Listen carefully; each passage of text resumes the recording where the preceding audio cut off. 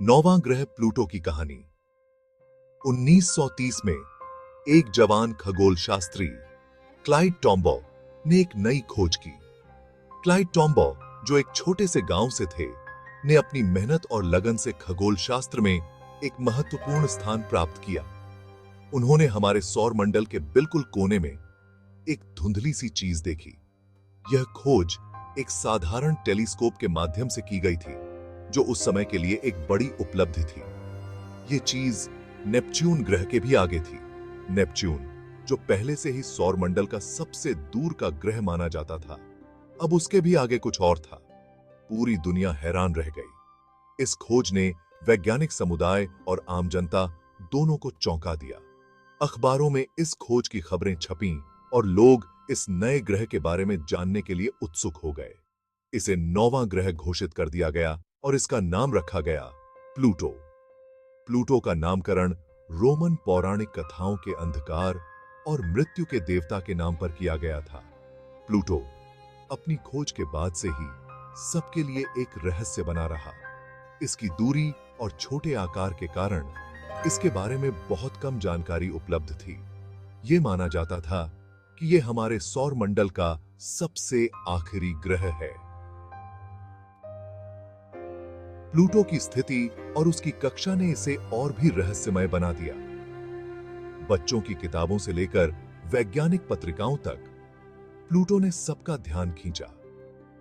Pluto के बारे में कहानियां और चित्र बच्चों के लिए बहुत आकर्षक थे, लेकिन प्लूटो की कहानी में एक नया मोड़ आने वाला था।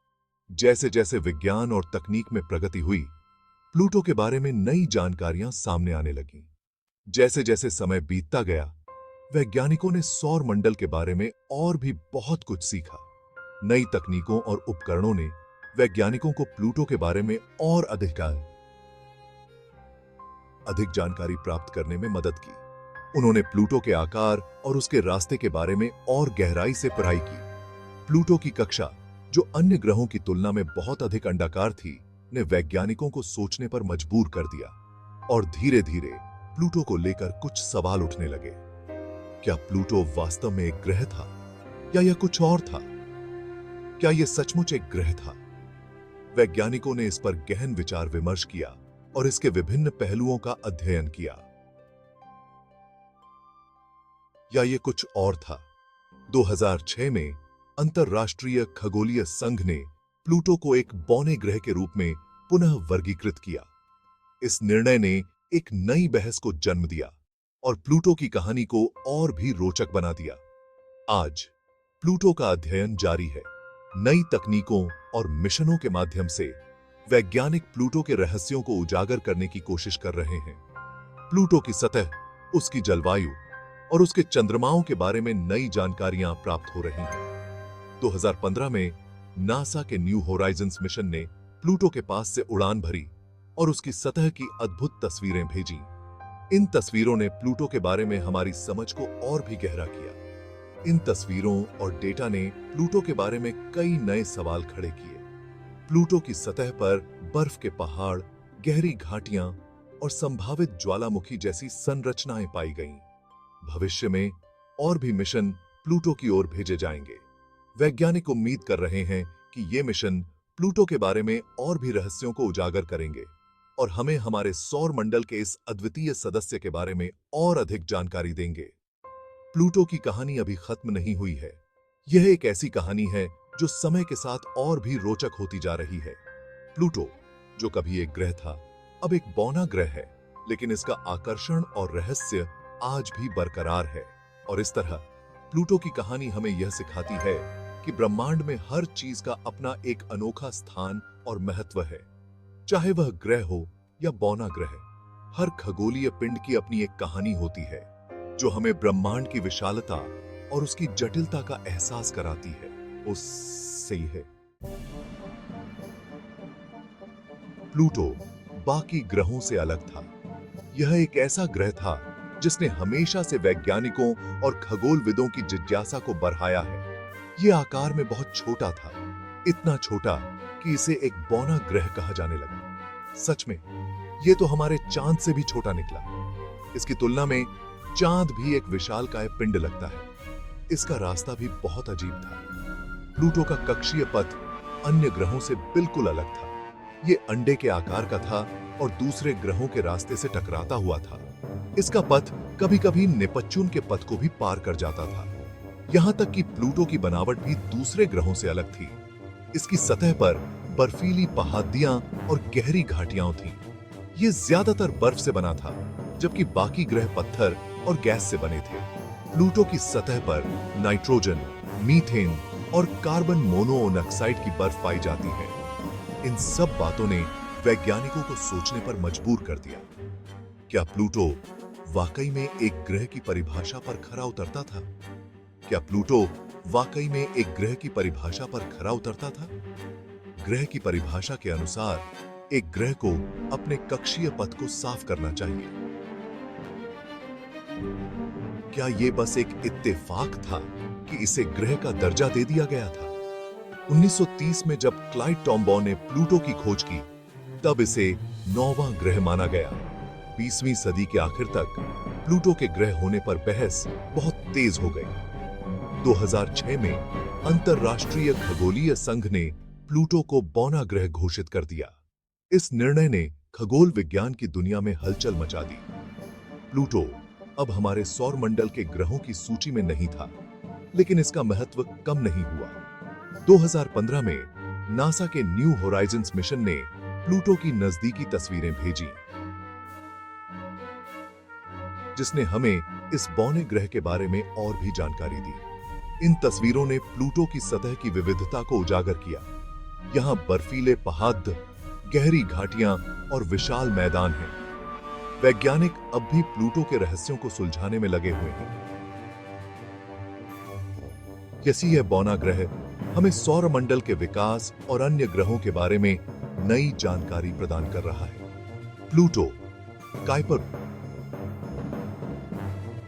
मंडल के बाहरी क्षेत्र में स्थित है। यहां कई छोटे-छोटे बर्फीले पिंड पाए जाते हैं। भविष्य में वैज्ञानिक काइपर बेल्ट और प्लूटो जैसे बौने ग्रहों की और भी खोज करेंगे। इससे हमें सौर मंडल के रहस्यों को और गहराई से समझने का मौका मिलेगा। प्लूटो के सवाल हमें यह याद दिलाते हैं कि ब्रह्मांड कितना विशाल और रहस्यमय है। हर खोज हमें नए सवालों और नई संभावनाओं की ओर ले जाती है। 2006 में इंटरनेशनल एस्ट्रोनॉमिकल यूनियन (IAU) ने ग्रहों की परिभाषा पर एक बहुत बड़ी मीटिंग की। इस मीटिंग में दुनिया भर के खगोलविद आए थे। उनका मकसद था एक ऐसी परिभाषा बनाना जो वैज्ञानिक नजरिए से बिल्कुल सही हो और आगे होने वाली खोजों को भी ध्यान में रखे। IAU ने ग्रह की परिभाषा के लिए 3 नियम बनाए। पहला, सूरज की परिक्रमा। ग्रह को सूरज के चारों ओर घूमना चाहिए। दूसरा, गोल आकार। ग्रह का गुरुत्वाकर्षण इतना तेज होना चाहिए कि वह उसे गोल आकार दे सके। तीसरा, अपने पड़ोस की सफाई। ग्रह को अपने रास्ते के आसपास का पूरा इलाका साफ करना चाहिए, यानी उसके आसपास और छोटे-छोटे पिंड नहीं होने चाहिए। प्लूटो पहले 2 नियमों पर तो खरा उतरता था, लेकिन तीसरे नियम पर फेल हो गया। इस निर्णय ने खगोल विज्ञान की दुनिया में एक नई बहस को जन्म दिया। प्लूटो को ग्रह की सूची से हटाने का निर्णय कई वैज्ञानिकों और आम जनता के बीच विवाद का कारण बना। कुछ लोगों का मानना था कि प्लूटो को ग्रह की श्रेणी में ही रहना चाहिए, क्योंकि वे इसे बचपन से ग्रह के रूप में जानते थे। वहीं कुछ वैज्ञानिकों का तर्क था कि विज्ञान में परिभाषाओं का सही होना आवश्यक है और प्लूटो को बौने ग्रह की श्रेणी में रखना ही उचित है। इस नई परिभाषा के अनुसार प्लूटो को बौने ग्रहों की श्रेणी में रखा गया, जिसमें एरिस, हाउमिया और माके जैसे अन्य पिंड भी शामिल हैं। इस बदलाव ने स्कूलों और विश्वविद्यालयों में खगोल विज्ञान की शिक्षा को भी प्रभावित किया। छात्रों को अब नए सिरे से ग्रहों की परिभाषा और उनकी श्रेणियों के बारे में सिखाया जाने लगा। प्लूटो की खोज 1930 में हुई थी और तब से यह ग्रह के रूप में जाना जाता था।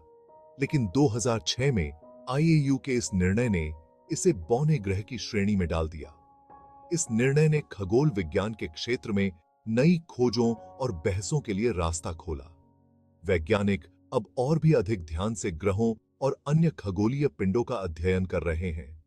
भविष्य में हमें और भी नई जानकारियां मिल सकती हैं, जो हमारी वर्तमान परिभाषाओं को चुनौती देंगी और खगोल विज्ञान के क्षेत्र में और भी बदलाव लाएंगी।